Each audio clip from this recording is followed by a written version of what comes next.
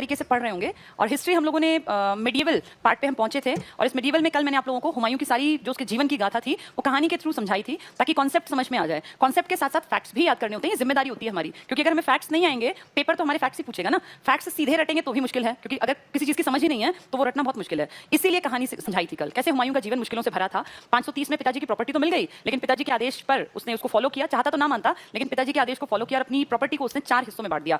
हिंदाल इसी का भाई था, अस्करी और कामरान, और इनमें सबसे इंपॉर्टेंट कैरेक्टर हुमायूं। हुमायूं के भाई ही इसके दुश्मन बन गए और इसका भाई भी जब देखो विद्रोह करता, राजाओं को भड़काता। इसके स्टार्टिंग के 10 साल 1530 से 40 में इसने ऐसा जीवन देखा कि कहने का राजा है लेकिन रोज टेंशन का जीवन। कोई ऐसा नहीं कि भाई बड़ा बढ़िया इसको ताज मिला, कांटों से भरा हुआ ताज था हुमायूं जब बैठा था। सारी प्रॉपर्टी पिताजी छोड़ गए लेकिन उसका बंटवारा करना पड़ा, फिर जगह जगह विद्रोह। इसने पंगेबाजी ली शेरशाह सूरी से, जो पहले शेर खान था। बचपन में उसने कभी कोई शेर कहते हैं बिना हथियार के मार दिया था तो नाम पड़ गया था शेर खान। बहार खान लोहानी ने उसको ये उपाधि दी थी और शेरशाह सूरी वो अपना नाम खुद रख लेता है जब वो चौसा बिलग्राम, सुना होगा आपने ये 2 युद्ध, कल मैंने बताए थे 1539 में बक्सर के पास, बिहार में इलाका है बक्सर आज, जहां हम बाद में एक लड़ाई भी पढ़ेंगे जब इंपॉर्टेंट मॉडर्न हिस्ट्री पढ़ेंगे। तो उसने चौसा का युद्ध, एक किले को घेर लिया इस हुमायूं ने, और फिर वहां से जब इसकी और शेरशाह सूरी की लड़ाई हुई तो ये हार गया। और हारा ऐसा कि इसको अपनी जान बचाने के लाले पड़ गए और ये नदी में घोड़े समेत कूद गया, जहां इसकी जान बचाई एक भिश्ती ने। बाद में इसने उसको आधे दिन का नवाब या सुल्तान या बादशाह कह लो बनाया। उसने फिर अपने चमड़े के सिक्के चलाए थे। उसके बाद अगले साल फिर अपनी बेइज्जती का बदला लेने के लिए इसने बिलग्राम कन्नौज पे चढ़ाई की। कन्नौज में भी शेरशाह सूरी ने इसको बुरी तरह से परास्त किया। चौसा के बाद उसका नाम पड़ गया था शेरशाह। वहां से हारा और इसको सर छुपाने की जगह नहीं मिली, रातों रात अपनी बीवी बच्चों को, सारे परिवार खानदान शाही को लेके ये निकल पड़ा और राजस्थान के रास्ते होता हुआ थार डेजर्ट, थार मरुस्थल में तपती गर्मी में ये चलते जा रहे थे। पानी तो था ही नहीं, ना के बराबर कितना लेके भागेगा आदमी, जब जान पे आएगी तो पानी थोड़ी याद आएगा कि लेके चलना है। और राशन भी इतना कम कि शायद रास्ते में कहीं मर ना जाए। इसकी पत्नी 8 महीने की प्रेग्नेंट थी और रास्ते में इनका घोड़ा भी मर गया। वो कहानी मैंने कल सुनाई थी। कितनी मुश्किलों का टाइम देखा इस बादशाह ने, सो कॉल्ड बादशाह ने। फाइनली जाके सिंध के इलाके में अमरकोट के राणा वीर साल ने इसको अपने महल में शरण दी और वहीं इसने एक और शादी की हमीदा बानो बेगम से, जिससे इसका बेटा जन्मा, जो कि इतिहास रचेगा, क्योंकि वो अकबर द ग्रेट जिसके नाम में जोड़ा जाता है वो बड़ा प्रतापी बादशाह बनेगा। अकबर का जन्म हुआ हमीदा बानो बेगम। उसके बाद ये फिर आगे चल पड़े और जाके ईरान के शाह के यहाँ इन्होंने शरण ली। वो शाह भी ठीक ही रहा होगा, तभी 13 साल किसी आदमी को अपने यहाँ रख लिया। वहाँ इन्होंने बहुत चीजें सीखी। ज्योतिष में विश्वास करते थे, 7 दिन 7 रंग के कपड़े पहनते थे और देखा जाए तो ठीक ठाक थे, लेकिन किस्मत ने भी कहीं ना कहीं इनका साथ नहीं दिया। 15 साल इनको निर्वासन काल में यानी एग्जाइल में बिताने पड़े। 15 साल में 1540 में भागे थे, 45 में जिसके कारण भागे वो मारा गया, शेरशाह सूरी। 45 में उसका बेटा राजगद्दी पर बैठा और 54 में वो भी मारा गया। यानी ये जो दौर था ना जब ये बाहर थे, उस टाइम शेरशाह सूरी और उनके बेटे का राज चला, इसलिए सूरवंश पढ़ा और पढ़ाया जाता है, वो भी पढ़ाऊंगी आपको। उसके बाद इनके बाद जब ये खबर पहुंची 54 में कि भाई दिल्ली खाली पड़ी है, आगरा कोई बड़ा राजा नहीं है, तो इनको शाह ने कहा अगर तुम चाहो यहाँ रह लो, मुझे कोई दिक्कत नहीं, लेकिन अगर चाहो तुम्हारी गद्दी अब खाली पड़ी है, मैं हेल्प कर दूंगा। वहां से एक सेना लेके बैरम खां का साथ पकड़ के ये इंडिया की तरफ आते हैं और सरहिंद की लड़ाई होती है 1555 में। पंजाब के इलाके में इजिली एंट्री हो जाती है, कोई इनको रोकने वाला बड़ा राजा है ही नहीं। रोहतास के किले पर कब्जा करते हैं और फाइनली दिल्ली पहुंच जाते हैं। फिर यहाँ पे वो हेमू का पानीपत का दूसरा युद्ध लड़ा जाएगा। पानीपत की दूसरी लड़ाई तक तो अकबर संभल गया था, चीजों को संभाल गया था तो वो बच्चा ही, लेकिन हुमायूं दिल्ली में जब जाके बैठा, कुछ ही महीने बीते थे, जून की घटना जुलाई की है, जनवरी आया था, 6-7 महीने ही हुए थे और एक दिन किताबों से भरे हाथों में जैसे ही वो अजान सुनाई पड़ी और ये लगा लो कि बैलेंस अपना नहीं संभाल पाए और जो शरीर था, क्योंकि एज हो चली भी 47-48 के तो थे ही, तो एकदम से जैसे घुटनों के बल बैठने लगे, सहारा नहीं था पकड़ने का कोई, एकदम से इम्बैलेंस होकर गिरे और माथे में एक वो सीढ़ी इतनी तेज इतनी शार्प लगी कि 2 दिन तड़पते हुए इनकी डेथ हो गई। जब ये एक्सपायर हुए तो इनका बेटा महज 13 साल का था, 1542 में जन्मा था ना, 1556 में ही एक्सपायर हो गए, 14 का पूरा नहीं हुआ। ये चल बसे और तुरंत आनन फानन में, जैसे जब ये एक्सपायर हो गए तो इनकी डेड बॉडी को वहीं दफना दिया। पुराना किला जिसको आप आज कहते हैं वो इन्हीं का बसाया हुआ शहर था। फिर वहां पता चला कि ये अटैक करने आ गया हेमचंद्र विक्रमादित्य, तो शरीर की बेइज्जती ना हो इसलिए वहां से निकाला और फिर वहां से लेकर सब गायब हो गए, कलानौर निकल गए। कलानौर जो हरियाणा के आज रोहतक में है, तब पंजाब कहलाता था ये इलाका। कलानौर में जाके उनको दफनाया गया और फिर वहीं पे उनके 14 साल के बेटे, 13 साल 8 महीने के बेटे का राज्याभिषेक हुआ, जिसको आप अकबर के नाम से जानते हैं। ये कहानी मैंने कल सारी सुना दी थी, लेकिन इसको किताबी भाषा में भी हमें पढ़ लेना चाहिए ताकि हमें एग्जाम में दिक्कत ना आए। देखो क्या कहते हैं हुमायूं के बारे में। इसका नाम क्या था हुमायूं का? नासिरुद्दीन मोहम्मद, मोहम्मद लिखा है, इस पे मुंह कर देना मात्रा, मोहम्मद, नासिरुद्दीन मोहम्मद इसका नाम था। लेकिन जब ये गद्दी में बैठा हुमायूं, हुमायूं का मतलब जानते हो? द कॉन्करर, द विनर, जीतने वाला, जो हमेशा जीतता रहे, जिसको हम अजय बोलते हैं ना हिंदी में, वही होता है हुमायूं इनकी भाषा में, तो हमेशा जीतने वाला। जन्म 1508 में काबुल अफगानिस्तान में हुआ। इसके पिताजी उसी इलाके के तो थे। बाबर जब यहाँ आया तो याद है स्टार्टिंग में अपने इलाके में था, ये कहाँ था? उज्बेकिस्तान के आसपास। फिर इसको 12 साल में राजा बन गया था ये फरगना का। इसके पिताजी ने जो है इसको 12 साल में इसको प्रॉपर्टी मिल गई पिताजी की। फिर 2 साल बाद 14 साल का हुआ, समरकंद इसने जीता, लेकिन तब तक फरगना निकल गया, फिर फरगना आया, फिर समरकंद। इसकी समझ में आ गया कि मुझे ये सफवी वंश, उस्मानी वंश और ये जो ये है ना एक और इसकी कम्युनिटी के लोग, ये मुझे जीने नहीं देंगे, जो उज़्बेक थे। तो इसने कहा कि मुझे अपना इलाका बदलना पड़ेगा। अपने चाचा के पास आ गया था हुमायूं के पिताजी यानी बाबर, और फिर काबुल के आसपास इसने इलाका देखा। पंजाब तक का राजा बनना चाहता था। पंजाब के गवर्नर ने कह दिया आ जाओ जी, अंदर आपकी एंट्री करा देंगे, पानीपत में लड़ाई लड़ लो और आप जो जैसा चाहोगे वैसा आपको मिल जाएगा। अब वो जब यहाँ आया तो उसने देखा सारी प्रॉपर्टी खाली है। पंजाब तक वो सोच रहा था, लेकिन फिर पूरा भारत उसको देखा खाली पड़ा, इसलिए यहीं जम गया। तो जब उसका बेटा जन्मा था तो वो काबुल में ही तो इलाका था उसका स्टार्टिंग में, बाद में 26 में आया वो। इसकी मृत्यु हुई जनवरी 1556 में। 24 जनवरी बताया ना मैंने कैसे इसके माथे में लग गया था। दिल्ली में हुमायूं का मकबरा है जहां इनको फाइनल स्टेज में जाके दफनाया गया। पहले देखो मरे हुए आदमी को वहां दफना दिया, कहां, उसके पुराने किला जिसको आज कहते हैं। फिर डर हुआ कि वो ये आएगा हेमू, तो ये कहीं गड़बड़ ना करे और मान लो इसकी प्रॉपर्टी बन जाए तो पिताजी का दफनाना यहाँ ठीक नहीं है, उखाड़ के कहां ले गए, कलानौर। फिर वहां से फाइनली कहां आया ये आया जब दिल्ली में, कुछ ही महीनों की घटना है, 2 महीने की कहानी है बस ये जो बता रही हूँ। फिर ये आ गया हुमायूं टॉम्ब जो बनाया इनकी पत्नी ने, जिसका नाम था बेगा बेगम, जिसको कहते थे हाजी बेगम। हमीदा बानो बेगम अलग है, वो अकबर की मां है। एक राजा की कई पत्नियां थी, इनकी फेवरेट जो सबसे चीफ वाइफ थी ना, जो सबसे डिवोटेड थी, वो थी हाजी बेगम।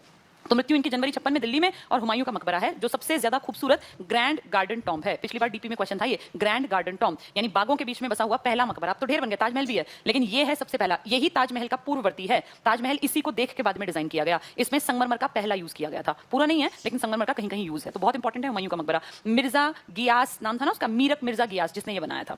राज्याभिषेक इसका कहां हुआ था हुमायूं का? दिसंबर 1530 में आगरा में, क्योंकि इसके पिताजी दिल्ली आगरा राजस्थान इन्हीं को तो जीत जीत के अपना इलाका बढ़ा के गए थे 4 साल में, तो आगरा में इसका राज्याभिषेक हुआ। इसके 2 कार्यकाल है। पहला 1530 से 40, 10 साल लगातार लड़ते लड़ते लड़ते परेशान हो गया। इसके अपने भाई इसके विद्रोह करते इसके खिलाफ, और शेरशाह के साथ इसका भयानक युद्ध हुआ, और भी हुए, लेकिन बड़े युद्ध में शेरशाह सूरी है। ये 10 साल इसके बस ये मरने कटने टाइप के थे। इसके बाद 15 साल ये गायब रहा, 40 से 55 तक विदेश में रहा। पहले अमरकोट के राणा बीरसाल के महल में 2 साल, जहां की अकबर का जन्म हुआ, हमीदा बानो बेगम उनकी मां थी, और फिर आगे चला गया जो कि ईरान के शाह के यहाँ इसने 13 साल काटे। इसकी पत्नी का नाम है हमीदा बानो बेगम। ये हमीदा बानो बेगम तो एक नाम है, ऐसी ढेर सारी वाइफ थी इसकी, 2 इंपॉर्टेंट हैं। एक हाजी बेगम जिसने हज यात्रा की, इसका असली नाम था बेगा बेगम, जिसने हुमायूं का मकबरा बनवाया, और जो उसकी मृत्यु के 25-26 साल बाद एक्सपायर हुई, वो 1582 में एक्सपायर हुई, और उनकी डेड बॉडी को भी हुमायूं के ही मकबरे में दफना दिया गया। ठीक है, तो इसकी पत्नी कौन है? ये वो पत्नी है जिसका की बेटा अकबर है। वैसे इसकी वाइफ कई सारी हैं, जिनमें से की ये, और बनवाने वाली कौन है? वो ये नहीं है जिसने टॉम्ब बनवाया, वो बनवाने वाली है बेगा बेगम। इसका बेटा, बहुत सारे बेटे, लेकिन फेमस कौन हुआ? अकबर, जो कि इनके गर्भ से जन्मा था, हमीदा बानो बेगम के। हुमायूं 22 वर्ष की उम्र में बादशाह बना, तो छोटी सी एज में। इसके पिताजी 12 साल में बन गए थे। वो बादशाह नहीं थे, वो छोटे से राजा बने थे, गवर्नर के बेटे थे। कहां के?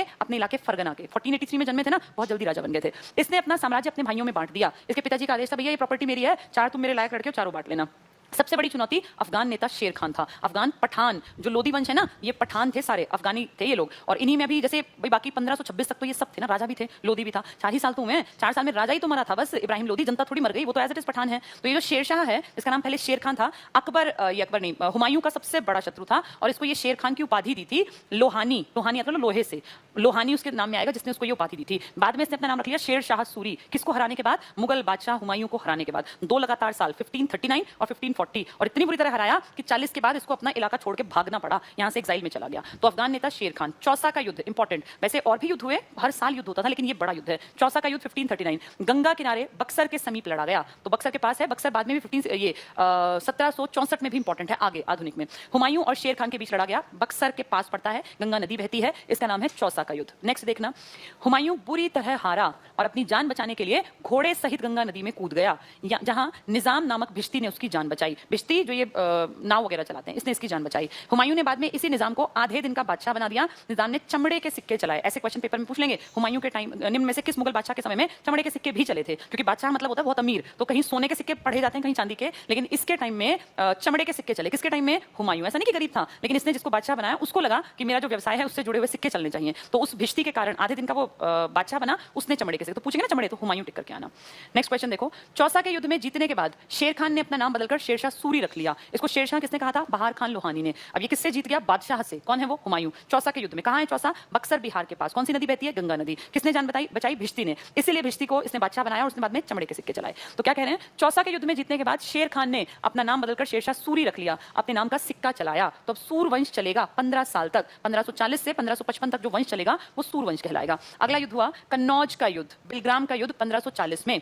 अभी ये गया नहीं है, अभी 1 साल ही तो पढ़ा हमने 1539, अब इस साल जाएगा ये, जब उससे लड़के हारेगा बुरी तरह से। तो कन्नौज यूपी का इलाका है, आप अच्छी तरह जानते हैं। कन्नौज जो पुराने बच्चे पढ़ रहे हैं सबको पता है, राजधानी भी बनी थी कन्नौज। हर्षवर्धन याद होगा ना, 606 से 647 के बीच का राजा, 7वीं शताब्दी का। हर्षवर्धन जो बहुत बड़ा राइटर भी था। हर्षवर्धन जिसके टाइम में प्रयाग में बहुत बड़ा मेला भी लगा था। हर्षवर्धन जिसके टाइम में बहुत बड़ा धर्म से जुड़ा एक बैठक भी की गई थी, वही हर्ष है ये। तो हर्ष जिसके बारे में बाण भट्ट ने लिखा है हर्षचरित नाम की किताब में, जिसमें 8 चैप्टर्स हैं। स्टार्टिंग के 3 चैप्टर उसके पूर्वजों के बारे में जानकारी देते हैं और अगले 5 उसकी जानकारी देते हैं। ये सब बातें मैंने आपको एंशिएंट हिस्ट्री में पढ़ाई हुई हैं। तो कन्नौज का युद्ध या बिलग्राम का याद कैसे करोगे? कन्नौज यूपी का इलाका लड़े थे ये लोग और उसके बाद ये बिल में घुस गया, भाग गया 15 साल के लिए। 1540 में हुआ, शेरशाह और हुमायूं के बीच लड़ा गया। तो दो युद्ध फेमस है शेरशाह और हुमायूं के। कौन कौन से? पहला जिसमें कि वो भिश्ती को फायदा हुआ था, कौन सा युद्ध था? चौसा, बक्सर के पास, बिहार में गंगा नदी के पास। दूसरा जब ये बिल में घुस गया, जो कन्नौज यूपी के इलाके में। शेरशाह जीता, हुमायूं हारा, लगातार 2 साल ऐसा हुआ। हुमायूं लाहौर के रास्ते बाहर भाग गया। कहां चला गया ये चला गया ईरान के शाह के यहाँ। तो गर्भवती पत्नी थी इसकी उस टाइम पे, बुरा समय था। वो पूरी कहानी मुझे यहाँ लिखने की जरूरत नहीं है कि कैसे ये अपना जो है ना ये थार डेजर्ट, थार मरुस्थल तपते रेत में चले और कैसे राजा को भी किसी ने, बादशाह को भी किसी ने अपना घोड़ा नहीं दिया, क्योंकि सबसे पहले सबको अपनी जान प्यारी होती है। बादशाह था पहले अमीर था, आदेश दे सकता था, लेकिन अब तो एक गरीब सा, भाई जिस आदमी के पास पैसा नहीं, पावर नहीं, वो तो गरीब बराबर ही हो गया ना। ये होता है टाइम का बदलना। ये नहीं पता किसका टाइम कब कैसा आ जाए। समझदार आदमी अपने टाइम में भी, बुरे टाइम में भी संभल के काम करता है। इसने समझदारी की ना, ये यहाँ से भाग गया। मान लो ये दोबारा के बाद तिबारा उससे पंगे लेता और मारा जाता तो क्या निकलता? या ये वहीं बैठा रहता और शेरशाह आके इसको मार देता। समझदारी की इसलिए दोबारा भी राजा बना। वो अलग बात है कि इसकी किस्मत फूटी थी और दोबारा बन के भी इसको टिकना नहीं था। वो चोट लग गई, ये मर गया, इसको टिकना बिल्कुल नहीं था। लेकिन हाँ, ये स्टेप इसका समझदारी से भरा था और इसी स्टेप के कारण अकबर जन्म ले गया। अगर ये भागता ही नहीं तो इसके वहां शादी हमीदा बानो बेगम से कैसे होती और फिर कैसे अगली पीढ़ी में इतना ताकतवर राजा जन्म लेता। नेक्स्ट देखो, हुमायूं ने अमरकोट, ये सिंध में है आज, पाकिस्तान के सिंध इलाके में अमरकोट, हिंदू राजा ने शरण दी थी इसको।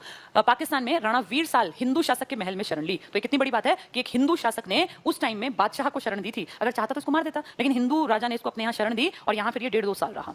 राणा वीर साल के महल में ही हमीदा बानो बेगम के गर्भ से अकबर का जन्म हुआ 15 अक्टूबर 1542 को। ये 15 अक्टूबर आपको याद है एपीजे अब्दुल कलाम का भी बर्थडे है। इस दिन को हम स्टूडेंट्स डे के रूप में मनाते हैं। चिल्ड्रंस डे नहीं, वो 14 नवंबर है, नेहरू का जन्मदिन। ये स्टूडेंट्स डे है 15 अक्टूबर। ये 15 अक्टूबर 1542 को किसका जन्म हुआ? अकबर का। कहां पे? राणा वीर साल के यहाँ। कहां का राजा है वो? अमरकोट का। कहां पड़ेगा? सिंध, पाकिस्तान में।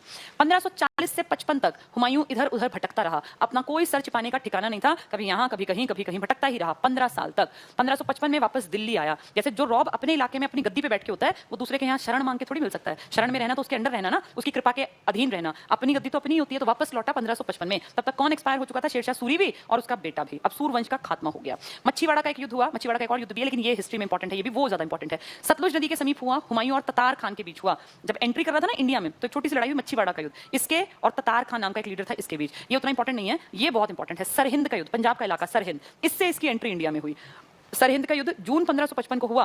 जून 1555 हुमायूं और सिकंदर शाह सूरी के मध्य हुआ। ये पूछ लेंगे, ये जो है ना पंजाब वाला बहुत इंपॉर्टेंट है। सरहिंद के युद्ध से वापसी, भागा कब था? जब ये बिलग्राम के युद्ध में हारा था। वो 2 युद्ध थे इसके, एक चौसा वाला और एक बिलग्राम वाला। इसकी वापसी मेन किससे हुई है? सरहिंद की लड़ाई के बाद। सरहिंद की लड़ाई किससे लड़ा है? ये लड़ा है सूरी, लेकिन ये सूर वंश का नहीं है, ये अलग है। इसका नाम क्या है? सिकंदर शाह सूर या सिकंदर शाह सूरी। ये मत सोचना कि शेरशाह सूरी का बेटा, वो अलग आदमी है, ये अलग आदमी है। तो ये इंपॉर्टेंट है इसकी वापसी का, ये पूछ लेंगे। सरहिंद के युद्ध से इसकी वापसी हुई थी पंजाब के इलाके में, हुमायूं और सिकंदर शाह सूर के मध्य। इसमें ये जीता, हुमायूं जीता और जुलाई 1555 को हुमायूं ने पुनः दिल्ली में प्रवेश किया। इसको किसी ने रोका ही नहीं, पंजाब से आसानी से आ गया। इसके साथ बैरम खां भी था। रोहतास का किला भी इसने अपने अंडर ले लिया, जो कभी 1541 से 43 के बीच में शेरशाह सूरी ने बनवाया था। यानी इससे टक्कर लेने वाला कोई मिला ही नहीं। छुटपुट राजा अपने आप रास्ता दे दिया, साइड हो गए। तो पंजाब से सीधे सोच लो हरियाणा, और हरियाणा से पहुंच गया दिल्ली। तो बहुत ज्यादा लंबा टाइम नहीं लगा। जून में तो देखो आ ही रहा था, ये देखना जरा, ये देखो जून में आ रहा था यहाँ, और 22 जून तो बीती गया, और देख लो 1 महीने के अंदर अंदर दिल्ली में बैठा मिला। तो हुमायूं ने दिल्ली में प्रवेश कर लिया। 1 महीने में क्यों लगा इसको 1 महीना में? क्योंकि रास्ते में ना कहीं बड़ा राजा मेरे ऊपर अटैक कर दे, किसी की हिम्मत ही नहीं हुई। 1 महीने के अंदर ये दिल्ली में था। हुमायूं ज्योतिष शास्त्र में बहुत विश्वास करने लगा था। सैनिक संगठन भी मजबूत हो चुका था। ज्योतिष शास्त्र का ही तो चक्कर था ये सारा, कि भैया 7 दिन 7 तरह के कपड़े पहनने, 7 अलग अलग रंगों के। तो एस्ट्रोलॉजी में इसका बड़ा विश्वास था। 24 जनवरी 1556 को, अब जुलाई में तो आया था, 6 महीने तो बीते हैं, 7वां महीना है ये, 7वें महीने में ही इसकी डेथ हो गई। 24 जनवरी 56 को दीन पनाह, ये नगर था, दीन पनाह नगर का नाम है। आज जिसको हम पुराना किला कहते हैं ना, आप कभी अगर दिल्ली में जू जाओगे, एक ही जू है दिल्ली में, एक ही चिड़ियाघर। चिड़ियाघर में जो सबसे साइड में बहुत ऊंची दीवारें दिखेंगी आपको पूरे चिड़ियाघर में, वो दीवारें इसी नगर की हैं। नाम है दीन पनाह। दीन पनाह, इसको करो बेचारा दीन था, दुखी था, दीन पनाह, इसने नहीं बनवाया ये। दीन पनाह जो है, इसके अंदर कुछ काम शेरशाह सूरी ने भी करवा रखा है। वो जो शेर मंडल जिससे ये गिर के मरा था ना, चोट लगी थी, वो शेरशाह सूरी ने ही बनवाया था। तो बहुत लोग कहते हैं कि ज्योतिष में विश्वास था, वहां कुछ इस तरह का हुआ, लेकिन ये नहीं बात है। बात ये है, वो अजान की आवाज आई और ये इम्बैलेंस हो गया एकदम से, और वो चोट लग गई। तो इसने जो नगर दीन पनाह था, शेर मंडल पुस्तकालय, वो मैंने बताया ना 8 इस तरह के पिलर्स हैं, कि सीढ़ियों से गिरकर गंभीर रूप से घायल, और 2 दिन बाद इसकी डेथ हो गई। तो 6 महीने का राजा बना दोबारा भी। पहले 10 साल था, लड़ाई झगड़ों में काट दिए, अब सिर्फ 6 महीने में वापस चल पड़ा। हाजी बेगम, हाजी क्यों कहते हैं? क्योंकि इन्होंने हज यात्रा की थी। जो हज करते हैं उनके नाम के आगे हाजी इन्होंने जोड़ दिया। बेगा बेगम इनका ओरिजिनल नाम है, ने दिल्ली में हुमायूं का मकबरा बनवाया। हुमायूं का भी क्या वो किस्सा बताया, पहले इसको दीन पनाह नगर में दफना दिया, फिर वहां जब अटैक का डर हुआ, किसका, कि भाई कोई ना कोई अटैक करेंगे, तो ये हेमू वगैरह विक्रमादित्य वगैरह, तो उसके अटैक के चक्कर में उखाड़ा वहां से, और फिर ले गए कलानौर। वहां फिर अकबर का राज्याभिषेक किया 13 साल के बच्चे का, और फाइनली जाके पानीपत का दूसरा युद्ध हुआ, जिसमें कि अकबर विजयी हुआ, और विजयी हुआ तो गद्दी उसकी तो फिर उसकी मां ने, जो ओरिजिनल मां तो नहीं है क्योंकि उसकी मां तो हमीदा बानो बेगम है, लेकिन ये बेगा बेगम ने फिर दिल्ली में एक सुंदर सा, बहुत सुंदर टॉम्ब बनवाया जिसका नाम है हुमायूं का मकबरा, जो मैंने सारा बता दिया। तो देखो क्या कह रहे हैं, हाजी बेगम या बेगा बेगम ने दिल्ली में हुमायूं का मकबरा बनवाया 1564 में। ये 56 में मर चुका, उसके बाद सेटल होने में टाइम लगता है। नक्शा मीरक मिर्जा गियास ने बनाया। ये नाम पूछ लेंगे किसने बनाया हुमायूं टॉम्ब का नक्शा, तो मीरक मिर्जा गियास, कहीं कहीं गियास लिखा है वो यही है, मीरक मिर्जा गियास, ये उसका आर्किटेक्ट है हुमायूं के टॉम्ब का। सफेद संगमरमर से बना ये मकबरा पहला गुंबद वाला मकबरा है। मकबरे ऐसे खाली छोड़ देते थे, लेकिन इसके ऊपर प्रॉपर एक गुंबद बनाई गई है। ऊपर समझते हो ना टॉम्ब ऐसे गोल टाइप का जो होता है, तो गुंबद वाला पहला मकबरा है ये। इससे पहले गुंबद वाले मकबरे तो थे, क्योंकि इससे पहले भी इस्लाम धर्म को मानने वाले हम जो 1206 से पढ़ते आ रहे हैं, 1206 में कुतुबुद्दीन ऐबक, फिर इल्तुतमिश, देखो उसका बेटा मरा था, सुल्तानगढ़ी का पहला मकबरा बना था। उससे पहले दिल्ली में मकबरा नहीं था, इल्तुतमिश ने अपने बेटे का बनवाया था 1229 में। उसके बाद जितने मरते गए सबके मकबरे बनते गए, लेकिन वो मकबरे क्या थे, जैसे जहां इनको दफनाते उसके ऊपर ना पत्थर, संगमरमर टाइप का पत्थर, थोड़ा सा ऐसा कि भाई ये लगे कि हाँ यहाँ इनकी कब्र है, और उसके आसपास जैसे चार दीवारी सी कर देते थे ऊपर से खुला। लेकिन अब कल्चर बदलेगा और टॉम्ब उसके ऊपर, जहां वो कब्र है ना उसके ऊपर बहुत सुंदर ऐसे चार दीवार उठा के और ऊपर उसको गोल से ऐसे बना देंगे, जिसको कि टॉम्ब कहते हैं, गुंबद कहते हैं। तो ये मकबरा पहला गुंबद वाला मकबरा है, बहुत सुंदर है देखने में, मैंने बहुत बार देखा है, बहुत ही ज्यादा ऐसी जगह शांत बिल्कुल, और आज भी वहां जाके लगता है कि पता नहीं कौन से जंगलों में घूम रहे हैं। बिल्कुल लश ग्रीन इलाका है, और एक आदमी की कब्र नहीं है, मेन में तो कब्र इसकी और इसकी पत्नी की है, लेकिन बाकी बहुत सारी कब्रें यहाँ पर हैं, अलग अलग टाइम में अलग अलग लोगों के लिए कब्रें बनाई गई थी यहाँ। तो सफेद संगमरमर से बना, पूरा सफेद नहीं है, अलग पत्थर का भी यूज किया, लेकिन यूज किया संगमरमर का। ये मकबरा पहला गुंबद वाला मकबरा है, ये पहला ग्रैंड गार्डन टॉम्ब है। गार्डन भी चारों तरफ है, जैसा ताजमहल है ना, ये लगा लो, ये वैसा ही लगता है देखने में, बस इसके पत्थर का रंग अलग है। वो इसके बाद बना, इसकी कॉपी है वो, मीरक मिर्जा गियास ने बनाया। ताजमहल हुमायूं के मकबरे को देखकर ही बनाया गया है, इसलिए क्या कहते हैं हुमायूं के मकबरे को, ये ताजमहल का पूर्ववर्ती है। 3 मकबरे ध्यान से सुन लो, 3 मकबरे पेपर में आ जाते हैं ये। सबसे पहला मकबरा है ये हुमायूं का मकबरा, फर्स्ट ये बना, इसकी देखा देखी क्या बना ताजमहल, वो और थोड़ा सुंदर बना, ठीक है। और अहमद लाहौरी और इसका डिजाइन था ना ताजमहल का, इसका मीरक मिर्जा गियास का। फिर इसको देखा देखी जो औरंगजेब हुआ, जिसको जिंदा पीर भी कहते हैं, उसने अपनी पत्नी का मकबरा बनवाया, जिसका नाम है बीबी का मकबरा, उसकी बीबी का मकबरा। ये 3 बिल्डिंग एक जैसा सा स्ट्रक्चर दिखाती हैं। कौन कौन सी, पहले हुमायूं का मकबरा बना, जो कि किसने बनवाया है, बेगा बेगम प्लस अकबर ने। फिर बना है दूसरा ताजमहल, जो शाहजहां ने अपनी पत्नी मुमताज महल की याद में बनवाया, और फिर औरंगजेब की पत्नी की याद में बनाया गया बीबी का मकबरा। ये महाराष्ट्र में है, महाराष्ट्र में। ताजमहल आप अच्छी तरह जानते हैं यूपी में है, और हुमायूं का मकबरा हमारा दिल्ली में है। अब एग्जाम में आ जाएगा ताजमहल का पूर्ववर्ती कौन है, मतलब उससे पहले क्या बना जिसको देख के बनाया गया, तो इसका पूर्ववर्ती है हुमायूं का मकबरा। और इसका उत्तरवर्ती कौन है, उत्तर हमेशा बाद में आता है ना, तो इसका उत्तरवर्ती है बीबी का मकबरा। जो पूर्व आए तो पिछले का नाम दे देना, और उत्तर आए तो अगले का नाम दे देना। वर्ल्ड की सबसे खूबसूरत इमारतों में ताजमहल गिना जाता है, बहुत सुंदर, कि वर्ल्ड के 7 वंडर्स ऑफ द वर्ल्ड में इसका नाम आता है। बहुत टूरिस्ट आता है यहाँ, दुनिया भर से जब भी कोई बड़े से बड़ा आदमी आता है तो वो ताजमहल को हर कोई जानता है कि एक अजूबा है। वर्ल्ड में 7 अजूबे हैं ना आज की डेट में, जिनमें से एक ताजमहल है। ये किसको देख के बनाया गया, हुमायूं के मकबरे को। किसने बनवाया, शाहजहां ने। उसको देख के बाद में क्या बना है, बीबी का मकबरा। ताजमहल हुमायूं के मकबरे के बाद बना और बीबी के मकबरे से पहले बना, ठीक है। ये इंपॉर्टेंट है तीनों, कहीं भी पूछ लेंगे कहाँ है वो भी पता होना चाहिए। चलिए नेक्स्ट देखते हैं। हुमायूं की जीवनी, इतना पढ़ा लिखा आदमी था, मरा तब भी किताबें हाथ में थी भाई, उस कंडीशन के कारण तो मरा, लेकिन अपनी जीवनी नहीं लिख पाया। जबकि इसके पिताजी को देखना, सिर्फ 4 साल ही तो इंडिया में राज किया, 1526 में तो आया था पानीपत के पहले युद्ध में, और 1530 में एक्सपायर भी हो गया, छोटी सी एज में, 47 के आसपास एज थी। इसकी भी छोटी एज थी, ज्यादा नहीं जिए ये, लेकिन वो इतने छोटे टाइम पीरियड की भी किताब लिख गया। किस नाम से, तुजुके बाबरी या बाबरनामा। कौन सी भाषा में, तुर्की भाषा में। इसने टाइम मिला इसको, लेकिन ये लिख नहीं, 15 साल खाली तो बैठा था, लेकिन क्या लिखता कि मैं निर्वासन में हूं। अच्छे टाइम के बाद ही तो किताब लिखी जाती है, किताब जवान लोग नहीं लिखते। किताब अगर अपने जीवन पे लिखे तो सक्सेसफुल लोग बुढ़ापे में जाके किताबें लिखते हैं। कपिल देव ने जब संन्यास ले लिया तब किताब लिखी। भाई कुछ अचीव करने के बाद तो किताब लिखी जाती है, ऑटोबायोग्राफी ऐसे थोड़ी कि जवानी में लिख दोगे। कोई अचीवमेंट्स होंगी तो टाइम तो बीतेगा ना, एक उम्र बीतने के बाद ही इंसान की अचीवमेंट्स होती हैं। बागबान मूवी देखिए, अमिताभ बच्चन ने जब पूरा जीवन जी लिया तब किताब के रूप में किताब निकली थी उसकी। तो यहाँ भी ऐसा ही था, हुमायूं लिखता, अगर हुमायूं अभी 47-48 का तो था ही, अगर हुमायूं रहता दिल्ली में बादशाह की तरह और लगातार 20-30-50 साल तक बना रहता तो फाइनली ये भी लिखता, ऐसा ऐसा मेरा बचपन बीता, मैंने ऐसे किया, मैंने इतनी मुश्किलों से सामना किया। लेकिन क्या हुआ, 15 साल निर्वासन में रहने के तुरंत 6 महीने बाद अगला मर भी गया। यानी इसने अपने जीवन में अच्छा काल तो देखा ही नहीं, लुढ़कते लुढ़कते इसका जीवन कटा राजा के रूप में, और लुढ़कते लुढ़कते ये मर भी गया। ये लिखा है ना एक आदमी ने कि ये लुढ़कते लुढ़कते लुढ़कते लुढ़कते ही चला भी गया। तो ये अपनी किताब लिख ही नहीं पाया। इसके बेटे जो कि बहुत लायक है, अकबर ने अपनी बुआ को कहा था ना, जो देखो कि जितना याद है उतना लिख दो, और उन्होंने कोई छुटपुट कहानियां लिखी जो उनको याद थी बचपन की, क्योंकि जब उनके पिताजी गुजरे थे बाबर तो वो 7 साल की थी, जैसे ये उस टाइम 22 साल का था ना, तो इससे काफी छोटी थी वो गुलबदन बेगम हुमायूं से। तो फिर उसके बाद 17 साल में उनकी शादी कर दी, 17-18 साल में, तब तक 10 साल में जो उसके दिमाग में रह गई घटनाएं वो उसने अपनी टूटी फूटी भाषा में लिख दी, और लिख दी तो फिर वो बाद में पढ़ी भी नहीं गई ज्यादा। लेकिन वो ओरिजिनल कॉपी 1860 में बरामद की गई, और वो बरामद कॉपी आज कहाँ है, ब्रिटिशर्स की लाइब्रेरी में। चलिए क्या कहते हैं, हुमायूं की जीवनी उनकी सौतेली बहन गुलबदन बेगम ने अकबर के कहने पर लिखी, क्योंकि अकबर प्रतापी बड़ा राजा बनेगा। हुमायूं नामा की पांडुलिपि ब्रिटिश पुस्तकालय में है। इसके साथ हुमायूं का चैप्टर क्लोज हो गया। तो 2 चीजें आपने अच्छी तरह से पढ़ ली, एक बाबर और एक हुमायूं। एक दिन कहानी समझनी चाहिए, अगले दिन अपने नोट्स बना लेने चाहिए। ये एक किताब में से बिल्कुल नहीं है, ये कई किताबों में से गूगल पे जो मुझे लगा कि हाँ पेपर में आ सकता है, उन सबका निचोड़ मैंने ये डलवा दिया था। चलिए आज हम आगे बढ़ेंगे। अब इसका बेटा अब कौन है जिसने इंडिया पे राज करना शुरू कर दिया? अब इंडिया पे राज चलेगा प्रतापी, बहुत बड़ा राजा, जिसको आज हम थोड़ा सा जानेंगे। ये एक दिन का टॉपिक नहीं है। अकबर एक टाइम कंज्यूमिंग टॉपिक है, लेकिन पेपर में आने के चांसेस होते हैं।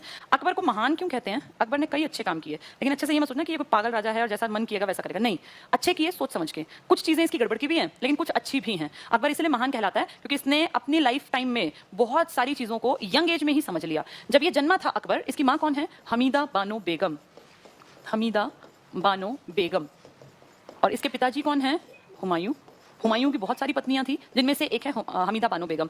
जब इन्होंने शादी की हुमायूं ने इससे, तब ये निर्वासन में राजकोट के जो राजा थे राणा वीर साल, उनके महल में था। 1541 में इनकी शादी हुई और इन दोनों का बेटा जन्म लेता है 15 अक्टूबर 1542 को, और इस बच्चे का ही नाम क्या है? अकबर। जब ये जन्म लेता है तो पिताजी तो डर भी नहीं था ना जहां रह सके, तो कैसे ये मेरा घर है, तो कहने को बड़े बादशाह होंगे, लेकिन इस टाइम तो सिर पे छत नहीं थी। अकबर की परवरिश बहुत ज्यादा अजीबोगरीब माहौल में हुई, हालात बहुत पॉजिटिव नहीं थे, और ये डर था कि कहीं शेरशाह सूरी हमें ढूंढने में फौज को भेजे और वो हमें कभी भी मरवा दे, क्योंकि शेरशाह सूरी को था ना कल को फिर पलट के आएगा। भाई शेरशाह सूरी के कारण ये भागा है, ताकत इकट्ठी करेगा, 1-2 साल में फिर आ जाएगा। ये तो सबको लगता ही है, ऐसा होता भी है, हिस्ट्री हमने ऐसी पढ़ी हुई है। हमारे जो वो मोहम्मद गौरी के अटैक थे 1191, 1 साल बेइज्जती हुई थी उनको फील, और 92 में आके फिर उन्होंने देखो पृथ्वीराज चौहान को हरा दिया था। तो ये हिस्ट्री ऐसा दोबारा भी तो दोहरा सकती है। इनके मन में भी डर था हुमायूं के में कि कहीं मुझे ढूंढते हो और मुझे और मेरे खानदान को खत्म कर दें। अकबर को जीवन जो है इसका बड़ा प्रेशियस था, क्योंकि राजा का बेटा है और लग रहा था कि भाई यही अगला राजा बनेगा। तो अकबर की लाइफ को सेफ रखने के लिए अकबर का पालन पोषण इनके माँ बाप ने नहीं किया। इनका पालन पोषण एक इनके घर में ही सेविका थी, एक तरह से मान लो आज के टाइम में कहें तो एक मेड सर्वेंट थी, एक महिला, इनकी सेविका, इनकी दासी। उसका बेटा जन्मा था जो इसी एज का था, अकबर की एज का ही, दाई माँ जिसको बोल देते हैं। तो उनको दे दिया कि भाई तुम इसको पाल पोस के बड़ा करो, और किसी को कानो कान ये खबर ना हो कि ये बादशाह है अगला भारत का। तो उसने अपने पास रखा, जैसे अपने बेटे को खिलाती पहनाती सुलाती, ऐसे ही सेम अकबर का भी केयर की। अकबर यानी अपने माँ बाप से दूर रह के पला है, मतलब माँ बाप के अंडर नहीं, ऐसे नहीं कि राजाओं की तरह आराम कर रहा है, नहीं, एक सेविका के पास। लेकिन उसके दिमाग में ये था भरा गया कि भाई तू राजा का बेटा और तुझे राज करना है। अब अकबर की कोई फॉर्मल एजुकेशन नहीं हो पाई, क्योंकि जान माल की हानि होने का खतरा था, कोई भी मार सकता था। किसी को पता चले भाई राजा का बेटा है, दासी के पास रह रहा है, डील डॉल से वैसे भी ना फील हो जाता था कि ये किसी अच्छी उसको बिलोंग करता होगा। तो एजुकेशन के नाम पे अकबर की पढ़ाई लिखाई हो ही नहीं पाई। पुराने राजा जैसे अरबी, फारसी और ये तुर्की भाषा सीखते थे ना, ये बोलचाल की बोली तो सीख गया जो भाषा थी, लेकिन इसकी पढ़ाई लिखाई नहीं हो पाई। यानी अकबर एक, जिसको हम प्रतापी महान कह देते हैं, अकबर एक अनपढ़ राजा था, अनपढ़ था, निरक्षर था, इसको पढ़ना नहीं आता था। तो कितनी बड़ी बात है कि जिसने इतना लंबा राज किया, जिसकी समझ बहुत ज्यादा ऊंचे दर्जे की एक स्टेज क्रॉस करने के बाद बन गई, वो अनपढ़ था। उसने कभी कोई ज्ञान नहीं हासिल किया, एज सच फॉर्मल ज्ञान जो सीखा लाइफ से सीखा। अब अकबर जो है छोटा सा बच्चा ही था जब पिताजी के माथे में वो सीढ़ी लग गई 1556 में, जनवरी 1556 में। जुलाई में तो पिताजी की एंट्री हुई थी सरहिंद से, जून में लड़े थे, जुलाई में दिल्ली बैठ गए थे, और महज 6 महीने बाद जनवरी 56 में एक्सपायर हो गए। यहाँ के बाद जैसे ही एक्सपायर हुए, तुरंत से हेमचंद्र विक्रमादित्य का हमला हो गया, और हेमू जो है इसके डर से ये पिताजी की डेड बॉडी को लेकर कलानौर निकल गए। कलानौर रोहतक के पास पड़ेगा आज हरियाणा में। यहाँ देखा कि भाई ये तो गड़बड़ हो गई बात, अब हेमू आके बैठ गया और अगला संभालने वाला कोई है नहीं। देखो इसके याद करो, इसके दादा ने भी 12 साल में राजपाट शुरू कर दिया था, बाबर ने, तो वही गुण तो बच्चे में भी आते हैं, पीढ़ी दर पीढ़ी तो गुण आगे बढ़ते हैं। इसको भी जब ये 13 साल का था अकबर, 13 साल कुछ महीने का, पूरा 14 साल का भी नहीं था, तब इसको राजपाट संभालना इसके ऊपर आ गई जिम्मेदारी, क्योंकि पिताजी जनवरी में एक्सपायर हुई, अक्टूबर में 14 साल का होता, तो 13 साल कुछ महीने का था, तभी कंधों पे जिम्मेदारी आ गई और इसका राज्याभिषेक कर दिया। अब इसका सबसे बड़ा शत्रु कौन है? हेमू, हेमचंद्र विक्रमादित्य, जो कि कायदे से तो एक व्यापारी था, लेकिन कहते हैं 22 लड़ाइयां लड़ी थी इस हेमू ने और एक भी नहीं हारा, सारी लड़ाइयां जीता। छोटा सा एक व्यापारी था, लेकिन धीरे धीरे करके ये प्रधानमंत्री बन गया था, फिर अपने आप ही राजा बन गया। इस हेमचंद्र विक्रमादित्य, जिसको मैं हेमू लिख रही हूँ, इसी का नाम है हेमचंद्र विक्रमादित्य। ये अंतिम हिंदू नाम सुनाई दे रहा है तुम्हें, क्योंकि इसके बाद तो सारे मुस्लिम कम्युनिटी वाले आएंगे। हेमू, हेमचंद्र विक्रमादित्य, इसका और अकबर का, अकबर तो बच्चा है अभी 14 साल का, तो अकबर का काम कौन संभालेगा? बैरम खान, जो उसका संरक्षक है, जो कि देखो ईरान के शाह ने भेजा था, बैरम खान। ये इन दोनों की भिड़ंत होगी। अब दिल्ली की गद्दी किसकी, इस बात पर भिड़ंत है। अभी 1 ही महीना हुआ है, हेमचंद्र विक्रमादित्य को ज्यादा लंबे टाइम से नहीं है दिल्ली की गद्दी बैठा, 2-3 महीने मुश्किल हुए थे। तो हेमू और अकबर के पार्ट पे बैरम खान लड़ाई करेंगे, और ये लड़ाई होगी पानीपत में 1556 में, जिसको आप कहते हैं पानीपत की दूसरी लड़ाई। पानीपत की पहली लड़ाई तो इसके दादा ने लड़ी थी, बाबर ने, इब्राहिम लोदी से। अब पानीपत की दूसरी लड़ाई है, और इस लड़ाई का जो सीन था वो ऐसा था कि हेमचंद्र की जीत निश्चित लग रही थी कि भाई शायद यही जीतेगा, इसी की ताकतवर सेना है, बढ़िया राजा है, 22 लड़ाई पहले भी लड़के आया, आज तक कोई सी हारा नहीं। और इस तरफ लग रहा था कि एक तो बच्चा है बैरम खान, भाई अगर मरने जैसी स्थिति हो तो भाग जाएगा, कौन सा बैरम खान राजा के शाही वंश का है, बैरम खान तो एक तरह से सेनापति है, अगर दिखेगा जान खतरे में तो छोड़ के भाग जाएगा। अकबर बच्चा है, 14 साल का बच्चा, तो क्या कर लेगा। जीत की निश्चितता दिख रही थी हेमचंद्र के पार्ट पे, लेकिन कहते हैं कि समय का नहीं पता कब ये किसका बदल जाए। हेमचंद्र ऑलमोस्ट जीत के पास था, अचानक से एक तीर आके ये हाथी पर बैठा था, हाथी का जो हौद होता है ना ऊपर वाला, जिसमें बिल्कुल सेफ है, उस पे बैठा था, और कहीं दूर से एक तीर आया और इसकी आंख में लग गया। आंख में देखो कोई हाथ भी लग जाए तो आंख में कैसे सेंसिटिव चीज है, एकदम से आदमी जो है वो चक्कर से आ जाता है, अगर ज्यादा तेज लग जाए तो। इसकी आंख में तीर लग गया, आंख में तीर लगा तो बेहोशी छा गई, पीछे को बेहोश होकर मूर्छित होकर नीचे गिर गया ये उस हाथी के हौद से। तो जैसे ही नीचे गिरा, सेना पीछे थी, एकदम देखा राजा गायब, तो लगा कि मर गया। अब पीछे वाले को थोड़ी दिख रहा है कि आंख में लगा बेहोश हुआ है, तो पीछे सेना को लगा कि हमारा राजा मर गया। जैसे ही राजा मरने की खबर फैलती है ना, सेना भाग जाती है, क्योंकि सेना क्यों मरे जब राजा ही नहीं, हम क्यों मरे, हम किसके लिए लड़ रहे हैं, राजा ही तो मेन होता है लड़ने वाला, तो राजा ही मर गया, हम तो तब भी जीवन जी रहे थे, अब हम किसी किसी और राजा के अंडर जी लेंगे। तो सेना में भगदड़ मच गई। उसी का फायदा उठाया बैरम खान ने।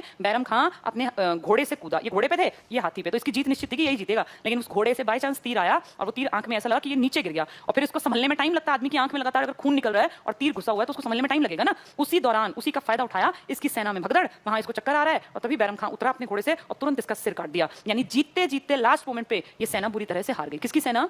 हेमचंद्र विक्रमादित्य की। पानीपत की दूसरी लड़ाई में जिनका लग भी नहीं रहा था कि जीतेंगे, वो जीत गए। और अब दिल्ली पे सोचो, जीतने के बाद वो आदमी भी मारा गया जो कि उनके लिए खतरा साबित होता, क्योंकि इसने 22 लड़ाई कभी एक भी नहीं हारी और अब इस लड़ाई में हारा भी और मारा भी गया। इसको अगर देखें तो ये चीटिंग भी लग रही है कि ऐसे आदमी को निहत्था था उस टाइम, लेकिन ये नियम है क्षत्रिय लोगों का। तो ये नियम था कि जैसे ही सामने वाले का मौका मिले उसको मार डालना चाहिए, वरना वो हमारे ऊपर वार करेगा। अगर उल्टा करें, अगर ऐसा इसके साथ होता ना, तो जो मुझे लगता है कि हेमचंद्र हो सकता है कि जान बख्श देता, जैसे कि पृथ्वीराज चौहान ने बख्शी थी मोहम्मद गौरी की। लेकिन इनको लगा कि नहीं, इस टाइम इसको छोड़ दिया तो फिर फायदा उठाएगा, तुरंत घोड़े से कूद के इसका सिर कलम कर दिया। और फिर दिल्ली की गद्दी पर किसका राज आ गया? अकबर का, जिसका संरक्षक कौन है? बैरम खान। अगले सारे डिसीजंस बैरम खान लेगा। 1556 में तो जीत हो नहीं पाई, दिख रहा था, लेकिन ये हारे और ये जीते। 1556 से लेकर 1560, 4 साल। अब अकबर देखो 14 साल से 18 साल का हो गया। 18 साल में तो अपनी समझ डेवलप हो जाती है ना, इंसान मैच्योर भी हो जाता है। इन 4 सालों में जितने युद्ध हुए सबको लीड किया बैरम खान ने, डिसीजन बैरम खान के। और बैरम खान का एक नियम था कि सामने वाले को जिंदा मत छोड़ना, नहीं तो ये तुम्हें नुकसान पहुंचाएगा। जिससे भी लड़ाई हो उसको खत्म कर दो बिल्कुल जड़ से, ताकि वो अगले साल प्लानिंग के साथ आ ही ना पाए। इसने इन 4 सालों में, लड़ाई तो सोच के देखो कितनी हुई होंगी ना,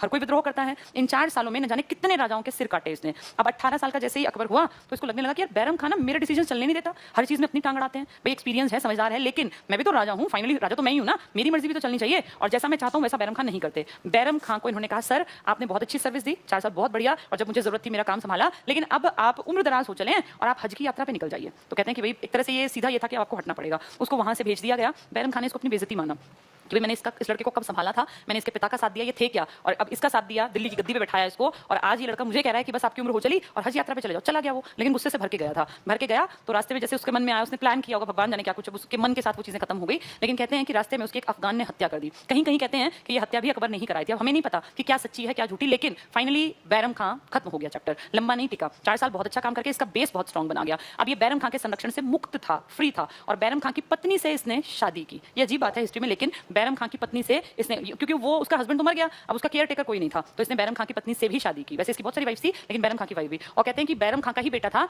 अब्दुल रहीम खाना, अब्दुल रहीम खाना, जिसने बहुत सारे काम किए थे, और वो अकबर के नवरत्नों में से भी एक था। अकबर के पास ना 9 बेस्ट आदमी थे, 9 बेस्ट उसके हर क्षेत्र के मंझे हुए खिलाड़ी। उन 9 में से एक था अब्दुल रहीम खाना, जो कि किसका बेटा कहलाता है? बैरम खान का। बैरम खान की पत्नी से बाद में अकबर ने शादी की, तब तक तो उसका बेटा काफी बड़ा हो चुका था। चलिए, अब अकबर फ्री है, लेकिन अभी फ्री नहीं है, देखने में फ्री है, अभी फ्री नहीं है। अकबर का पालन पोषण याद है दाई माँ ने किया था, उस दाई माँ का कंट्रोल चलेगा अकबर पे, वो अकबर पे कंट्रोल चलाएंगी। और अब तक जो काम बैरम खान कर रहा था, अब वो इसकी दाई माँ करेंगे। और ये इतना विश्वास करता है आंख बंद करके कि वो जैसे कहेंगे वैसे ये राज करेगा। अगले 2 साल तक इसका जो साम्राज्य चला ना, हिस्ट्री लिखने वाले कहते हैं पेटीकोट साम्राज्य था वो। पेटीकोट महिलाओं के द्वारा पहना जाने वाला एक कपड़ा है, तो पेटीकोट के से उसकी माँ को आप जोड़ सकते हैं। एग्जाम में आ जाए पेटीकोट साम्राज्य किस मुगल बादशाह के टाइम की घटना है, तो आपको टिक करके आना है ये मुगल बादशाह अकबर के टाइम की घटना है, जब उसके दिमाग पर एक तरह से वर्चस्व रहा उसकी माँ का। इसका कारण समझ रहे हो क्यों रहा? क्योंकि अकबर अनपढ़ था, अकबर को उतना ज्ञान नहीं था, कहीं ना कहीं पढ़ाई लिखाई की कमी अब अकबर को अखरने लगी कि यार काश मैं पढ़ लिख लेता, मेरा दिमाग बढ़ जाता, मैं डिसीजंस खुद ले पाता, मैं चीजों को एनालाइज कर पाता, मैं तर्क दे पाता, मैं सोच पाता, समझ पाता।